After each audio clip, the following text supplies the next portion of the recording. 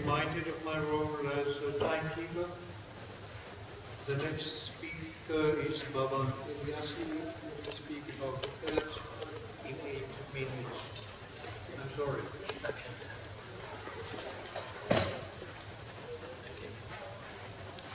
Good morning, ladies and gentlemen.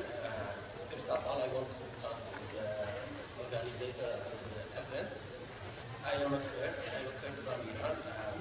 I wish to talk about who are the Kurds, their origin, then Kurds for Iran, to talk about the situation of the Kurds. They are living in four different countries, and they have different political programs. Kurds in international law, why the Kurds don't have their own state. First of all, the Kurds are a distinctive community. They have their own culture, language, and the composition of Kurds is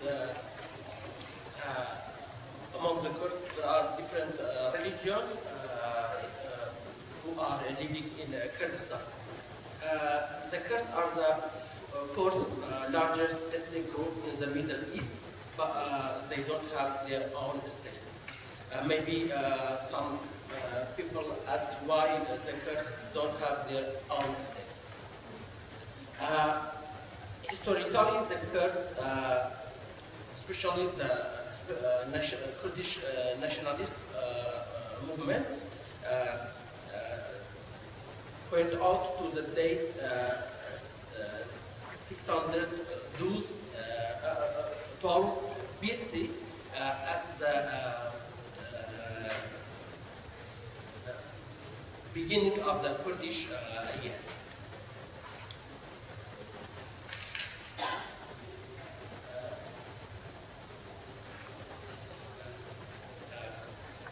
Kurds are estimated about between 30 to 65 million. There are 15 million Kurds in Turkey, about 10 million in Iran, and 2 million in Syria.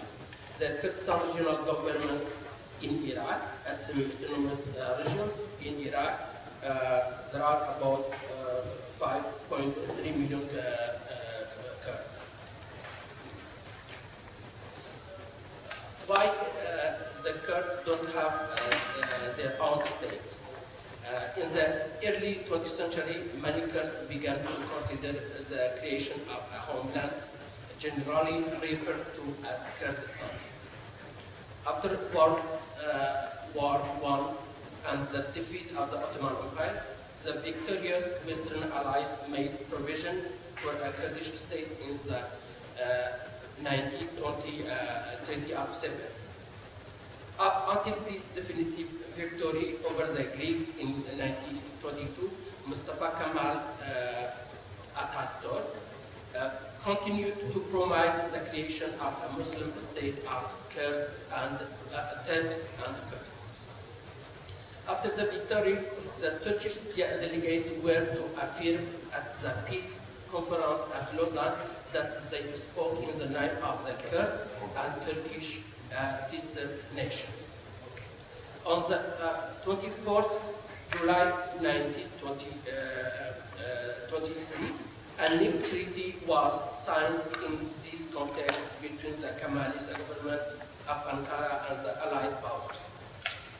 It invalidated the Treaty of Survie, and without giving any guarantee with regard to the respect of the Kurds' rights, gave the annexation of the major part of Kurdistan over to the new Turkish state. Such hopes were dashed 3 years later, however, when the Treaty of Lausanne, which set the boundaries of modern Turkey, made no provision for a Kurdish state and left Kurds with minority status in their respective countries. Over the next 80 years, any move by Kurds to set up an unimportant state was brutally crushed. Here I briefly speak about the situation of Shak parts in Kurdistan, because Kurds are in Iraq, Kurds are in Syria, Kurds are in Turkey, and in Iraq.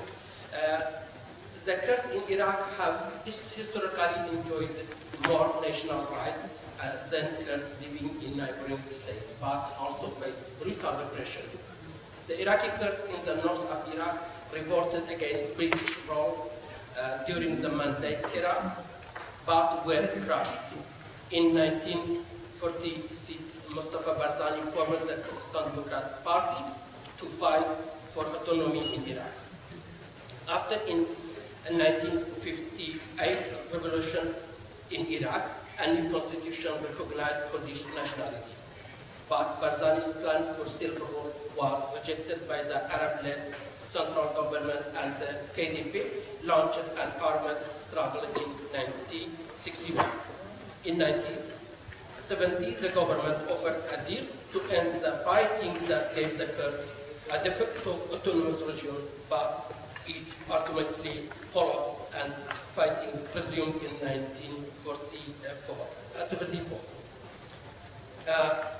The Kurds in Iraq was attacked by poison gas in 1988. Saddam Hussein unleashed a campaign of vengeance on the Kurds that included the poison gas attack on Halabja. Halabja is a Kurdish city in northern Iraq. There was a campaign of Arabization of Kurdish area. The government began settling Arabs in area with Kurdish majorities, particularly around the oil-rich city of Kirkuk, and forcibly relocating Kurds elsewhere. In 1991, there was the creation of a no-fly zone for the Kurds in Iraq. When Iraq was defeated in the 1991 Gulf War, the US and allies imposed a no-fly zone on the north that allowed Kurds to enjoy self-rule. So I try to resume my expose. For the Kurds in Iraq, there was at the beginning a political program based on autonomy, but there was so much tensions between the central government and the Kurds in Iraq, and later on there was the establishment of a federal system in Iraq. But now the Kurds in Iraq, they are going to declare an independent state in Iran, in Iraqi Kurdistan. Other parts, there are Kurds in Turkey that their political program is about democratic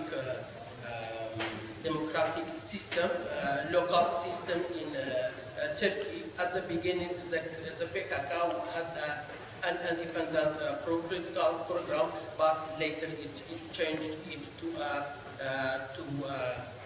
find a solution within the cadre of Turkey. We have also Kurds in Iran, who Kurds in Syria, that at this moment they are active against Islamic State, and they were suppressed by the Assad regime. We see some 300 Kurds were deprived from denied citizenship since 1960s. But the Kurds the situation of Kurds have evaluated differently. The Kurds in Turkey, they are not asking for an independent Kurdistan. The Kurds in Iraq are maybe going to declare an independent Kurdistan. the Kurds of Iran, they are with other minorities in Iran, they are they look for or search federalist system in Iran because Iran is composed of at least 6 minorities, plus Arabs, Baluch, Kurds, Azeris, Turkmens, and Pers also. By last, the Kurds in Iran, they also try to find a solution, a peaceful solution, but at least 2 of Kurdish leaders were assassinated during the discussions, during the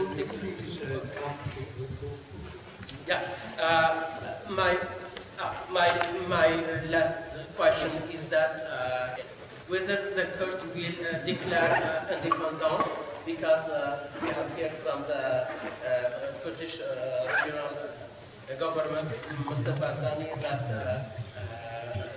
maybe this year there will be a referendum, and then if the Kurds decide to choose for independence, maybe we will have an independent Kurdistan.